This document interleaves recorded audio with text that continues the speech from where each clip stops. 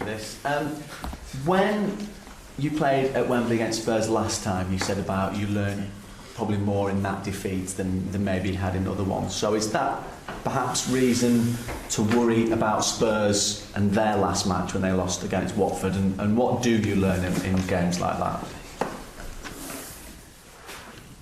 Okay, it was a very difficult game for us because we made two big mistakes around there, the first two goals especially.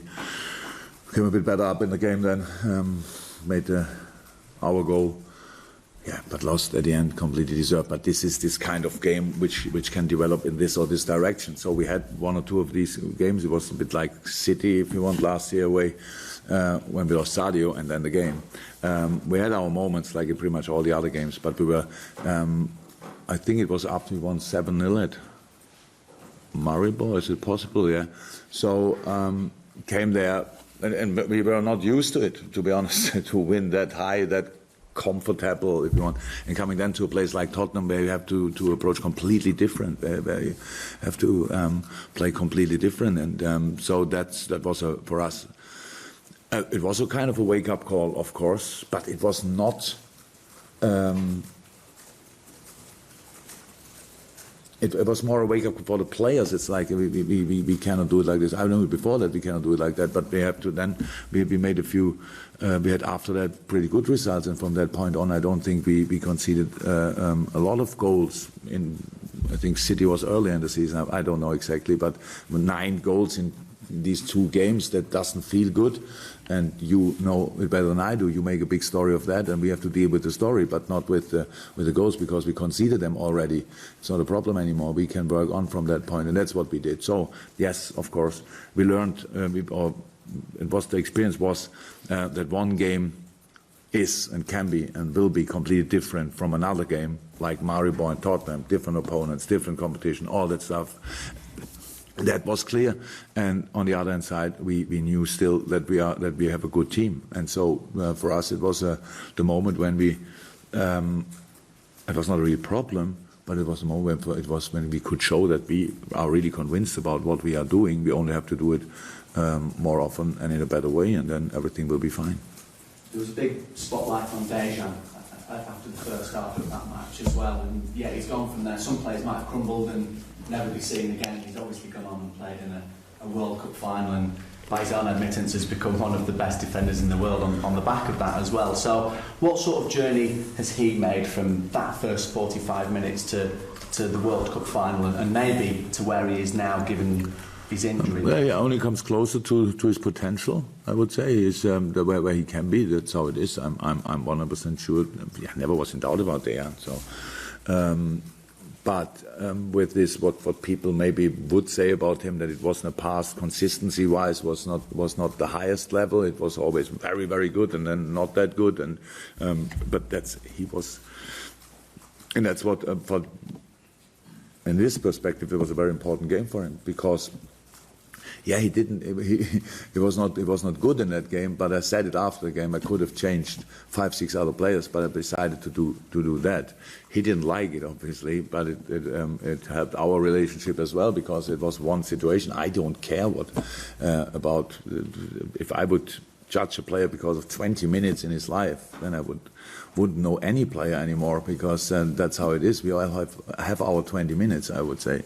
And so that's absolutely not a problem, but for him it was clear. So he has still my 100% support, and we was not even too much talking about these two situations, because they were obvious, and it was only about how and what I think about him. And when he starts thinking the same about himself, then that could help him, because my opinion is pretty high. His opinion was rather average, but meanwhile, I think he has the confidence as well. Unfortunately, he's not fit in the moment. That makes it a bit more complicated to perform, but it's all good, and he will be back. I'm pretty sure now in that very intense period with 7 games in the next 3 weeks. I'm pretty sure he will be back in this period. Really? Yeah, Graham Souness said that he believes that this. Who? Graham Souness says that he believes that this is. I know him. Sorry, it's not. Sorry, yeah. I only didn't hear it. Yeah. But he says he believes it's the best Liverpool side that he's seen since the last Liverpool side to win the title. So, what do you believe this squad is capable of now? First of all, it's obviously very positive, but the only problem sometimes legends have is they want to say something very positive, which he did, and put them immediate pressure on us. Thank you, Graham. Now it's. I don't know. I don't know exactly the team from 1990, to be honest. But I know Germany was World Cup winner that year. So, but that's only my problem.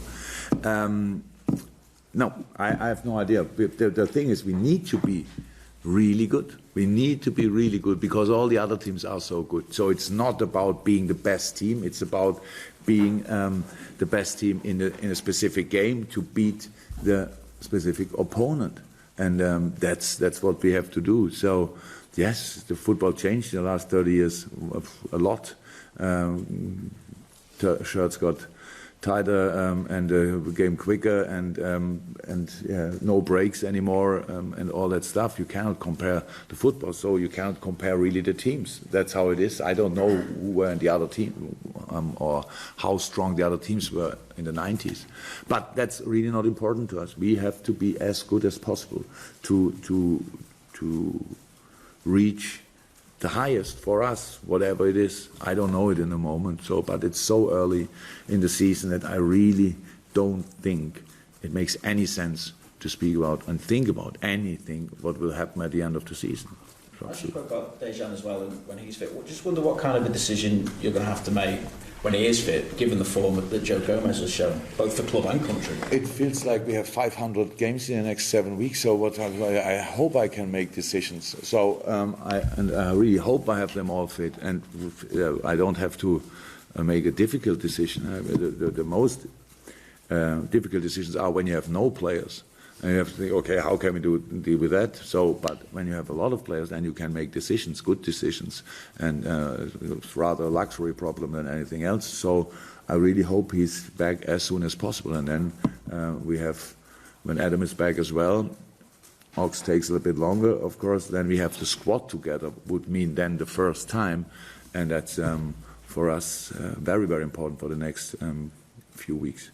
And how far away is Adam in fitness? And also Simon, is Simon going to be fit? Yeah, Simon's okay. Simon trained completely normal. We gave him the rest he needed with the finger issue. It's fine, trained normal, catch balls, all fine. And goalies are pretty hard in that, so they're used to a little pain, hand and finger. So absolutely, really trained good. Adam, on a good way. So it's obviously not too serious, but it's not available for the weekend, and we will maybe not for next week, but then I hope he can be back. Okay, Juliet? Jürgen, just going back to what you were saying about Dejan, when you talking about, you don't judge a player because of 20 minutes of his life. Just out of interest, how much time do you actually spend investing to get to know the squad of players that you have? How much of that time is taken of yours? It's all the time. It's my job. So I don't train myself. I don't run around. So I watch them and I judge them and I try to understand where they are, who they are, why they are, how they are, why they're in a good shape today and not in a good shape today, and all that stuff. That's my job. So I think constantly about them. So and I don't think the longer we work together with the player, obviously the better you know him. But it's not that I would say I'm finally through it. So it's just. It's a big part of the job. It's a big part of life, and that's how I understand it. So it's not that I constantly go there and think, I saw, I don't know, a little smile on your face during training, something nice happened last week, or what. That's not like this. So it's just to try to understand. I think really in a family, like in a football club, like with friends, it is always the same. The better you know each other, the more you know about each other, the better is the relationship. So. And the better can it work if you have to do something together, and that's what we try to do. So nothing else. I was just also wondering, you've only made one change in the first 4 games of this season. Do you take, because you just referred 500 games in the next 7 weeks, because of the demanding fixture list that you've got now, are you going to maybe adopt a more rotational approach? Of course we have to. course, we will see how we exactly can do it. So it's a big misunderstanding that we plan the game tomorrow and have and think about the game after that and the game after that. So if you play today, then so it's too complicated. You have to go in the next game and then you see who you can choose for the next game. So that's it. You always try to have your best team, but it's clear with the numbers of games and all that stuff. We get so many informations after a game which you don't have, or maybe you have and don't read, whatever. I'm not sure. But then you will see how the players react in different situations. So of course we have to do that. We have rotate. I don't know if we call it rotation, but the first 4 weeks were the first 3 games were the same lineup, and then we changed one position. I think it's just to yeah, of course, getting the points, have a good start to create a basis and all that stuff. It's not about looking how is he, and we used the players. They had the longest preseason, pretty much. I think, apart from Bobby, who came pretty late, they all had at least 3 weeks preseason, and that was 2 up front plus Bobby. And then all the others had a normal break pretty much. So that's good. They had a normal break. They started preseason with us, and that's very important. So they were the most stable players in the squad, and that's why we used them. And hopefully we can now and then after 4 weeks, when it looked quite okay, fitness level got better and better for one or the other player, then we had to send them away. And then so now they came back. The last ones came back yesterday. And then today we train, and then we make a lineup for tomorrow. But the other, Mauricio Pochettino has the same issue, so it's ready for the game tomorrow. That's how it is, and so we all have to make constantly the best of what we got. Off the second round, Richard from the Hi, Jürgen. Hi. Is there an extra psychological challenge for your players after an international break going into a big game like this? Not just a physical challenge where, you know, they might feel a bit jaded from travel, but equally they've been playing different systems and then they have to click back into what you want and the speed of Premier League football. It's a big challenge, but how I say it's for all of us the same. So it's not that Belgium plays exactly like Tottenham, for example, and there were at least 3 players, I think. Denmark is playing completely different to Tottenham, and Eriksen played for them. So it's for all of us. It's for all of us the same. Yeah, it's. I said it's the life as a Premier League manager is never during the weeks never perfect, because it's not that I have all of them together and then we train and we have 6-7 sessions together and can prepare a game. So from now on we have exactly 1 day to rest, 1 day to prepare, and 1 day to play, and then the same rhythm as well. So it's not that's always the challenge for all of us, especially if you are involved in international football. That makes a massive difference. But we have all the same things to do, and so it's not a big problem. But for the boys, it's always a big challenge, ask, whatever requested, that they have they really have to remind themselves immediately of what we actually do, and that's what we had quite a good session yesterday. Cannot do too much because a few of them came out of the plane, but we did a little bit, and then today another one, and then we need to be ready. That's how it is. Anything else, Rich? No? It's good. Okay, Carl. The strength of your squad means that Fabinho hasn't been anywhere near it really so far. But I'm wondering whereabouts is he now in his progress, and how soon will we like to see him? Actually, I don't like to compare players, but to be honest, I think we had similar questions and similar things to talk about Robbo, about Oxley, about. Okay, not virtual. It was different, but we had it just like that. Maybe I'm not sure if did Sadio play from the beginning? I'm not sure, but he didn't all preseason, so that's probably yes. So that's it. The thing is, it's absolutely no problem. I don't like the situation. It's not that I like to say Fabinho, who is full of energy, desire, wants to be involved and all that stuff, and then tell him, you are not involved this week, and that's not nice. It's only the job to do sometimes, because we have players that work together now much longer.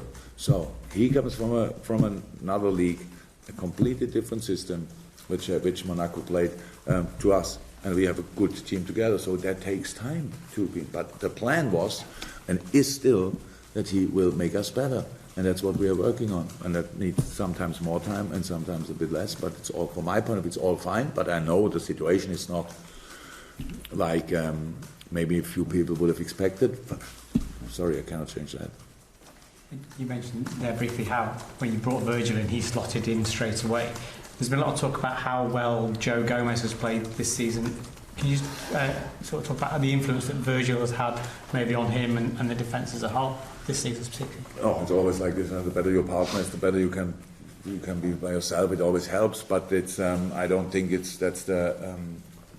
Joe has a big potential, and I'm happy that he performed so far pretty well. I'm much more interested in his performance tomorrow, to be honest. So that's the thing. So we have to be consistent. We have to deliver week in, week out. So that's the thing. And yeah, of course they both.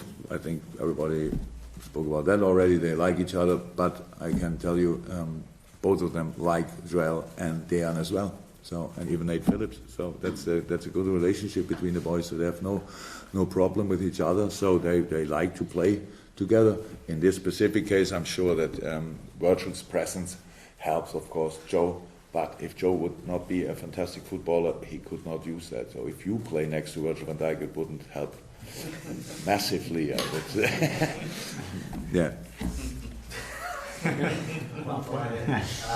Across the second row, David, anything from you? No? Jürgen, Gary Neville said Liverpool should kick the Champions League into touch this season to give them the best chance of winning the Premier League. Even though you are top, in general, is that something a club like Liverpool can afford to do? How should that work? What do? We don't play Champions League or what? Just focus more on the Premier League. Gary should come over and tell me how that exactly works. So how do you prepare a game when you don't focus on it? You bring your kids in the Champions League, that would be funny. I don't know. So what he means with that, to be honest. So we have to play football. I think we will. A lot of people watch our games as well when we play Champions League, and that's our job. That we do the best we can do in all these games, and that's what we try. So we will see, I think. So I don't know exactly what it means, but to focus on one competition can only be if you, on the one hand, maybe you are already out the competition nearly. If it's late in the season that you see you have a chance to do that or do this and all that stuff. But last year, for example, we had no chance to focus on one competition because we had to qualify for the Champions League, and I don't think that even Gary Neville would have said in a quarterfinals in the Champions League, come on, let City win, and so they are anyway champions or whatever. That doesn't work like this. It's a bit. I don't want to be too critical about, because I don't know exactly how he said it, but it's a bit sitting in an office and talking about football is completely different to doing the job, to be honest. But it's an opinion, and maybe. What did you say about Man United in that case, to be honest? I thought it's a club he's more interested in. Nothing. He was just scared about Liverpool. Okay. Yeah. There you go. You're welcome, everyone. Let's go. Welcome. Thanks, Jürgen.